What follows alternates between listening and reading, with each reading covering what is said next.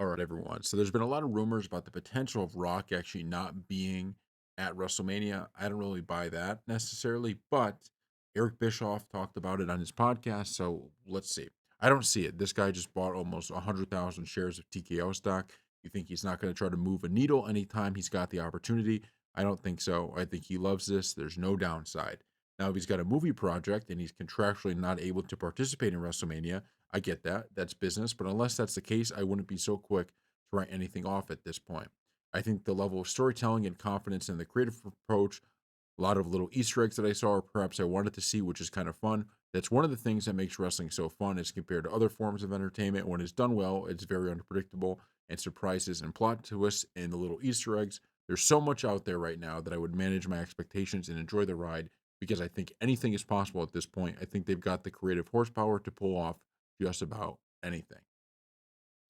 So here's the thing. I think there is a like 2% chance that he's not at WrestleMania in some form. Like I think he would be in some way on TV for WrestleMania. I would be shocked if he's not involved at all. Now, whether he's wrestling, that's a different story, right? And I thought we were going to get something this year with him and Cody, but that's looking increasingly less and less likely.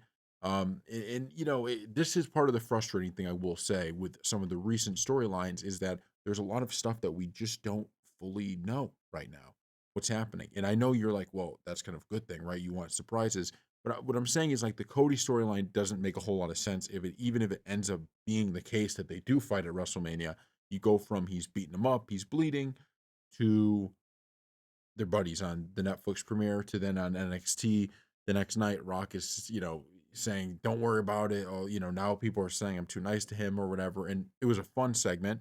We did a video on it. I was happy with it, but it just if it ends up they're fighting, there's going to be a few things we're going to have to forget to make it work, and that's kind of frustrating a little bit. But otherwise, it's going to be a fantastic match. So we'll see. I think Eric Bischoff's right on the money with the fact that the idea that he's not going to be at WrestleMania at all just doesn't seem likely, in my opinion. So thank you all for watching.